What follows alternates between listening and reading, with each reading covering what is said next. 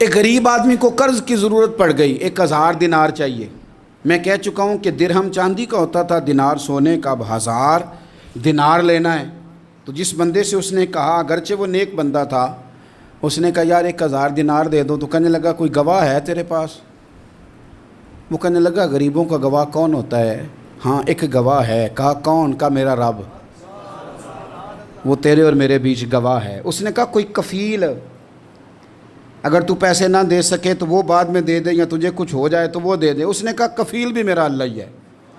मेरे पास अगर है तो रब करीम का नाम है, अगर एतमाद कर सकता है तो कर ले। बंदा नेक था, उसने कहा रब के नाम पे, रब की किफ़ालत पे, अल्लाह को गवाह बना के मैं तैयार हूँ तुझे 1000 देने को। उसने 1000 दिनार दे दिया। वक्त वापसी का तय हो गया। वो चला गया पैसे लेके।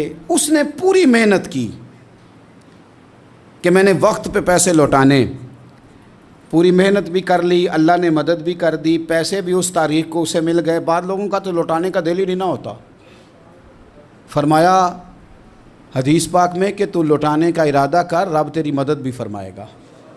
लेकिन यहाँ बहुत सारे लोग कहते हैं खैर है, इरादा ही नहीं। तो फिर जिस तरह का बंदे का गुमान हो, रब भी उसी तरह का मामला फरमाता है।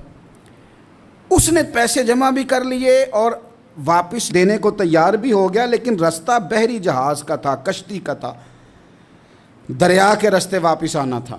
अब वो जब आ गया दरिया के किनारे तो बड़ी कोशिश की, पर वहाँ उसे कोई कश्ती नहीं मिली। वक्त पे पैसे लौटाने हैं, सफ़र करना है, अब सवारी मुयस्सर नहीं है।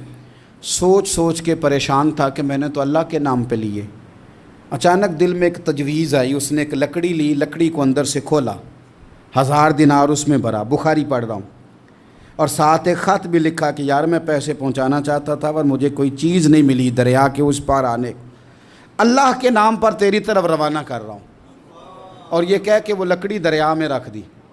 वो लकड़ी डूब गई है, वापस आ गया। वो जिसने पैसे लेने थे वो ऐन मुकर्ररा वक्त पर दरिया किनारे आया। सुबह से सरे शाम तक उसने इंतज़ार किया। दिल ढलने लगा तो दिल में ख़्याल आ गया कि यार नहीं, उसने देने ही नहीं, झूठा वादा कर गया, पहुंचा ही नहीं वक्त पे। अब जब वापस लौटने लगा तो अचानक दरिया में एक लकड़ी तैरती हुई दिखाई दी।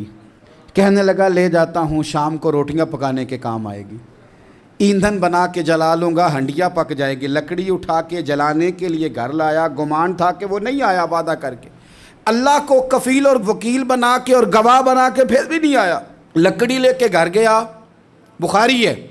और जब उसको चीरा ना कि मैं इसकी आग जलाऊंगा, खोला तो अंदर से 1000 दिनार भी निकल आया, ख़त भी निकल आया। अब ज़रा समझना, उसके दिल में बात किसने डाली कि तू लकड़ी में पैसे डाल दे?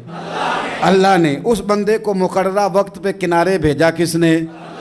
लकड़ी सिर्फ उसी के हाथ आई तो ये बंदोबस्त किया किसने?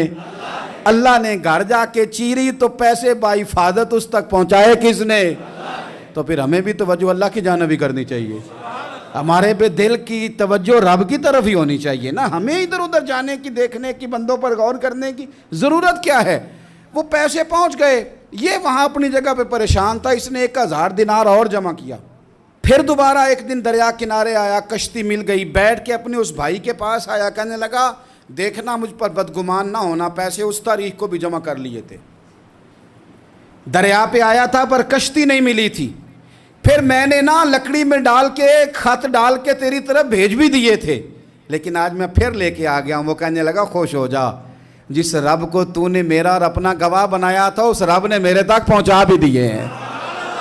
जब लोग अल्लाह को गवाह बनाते हैं, रब की जानिब अपनी तवज्जो करते हैं, अपनी चाहतों, ख्वाहिशात और अपनी सारी चिट्ठियाँ अपने रब करीम की रहमत की तरफ रवाना करते हैं, फिर अल्लाह अपने बंदों को मायूस नहीं करता। अल्लाह अपने बंदों को नवाज देता है। अल्लाह तबारक व तआला अपने बंदों पे करम नवाजी करता है।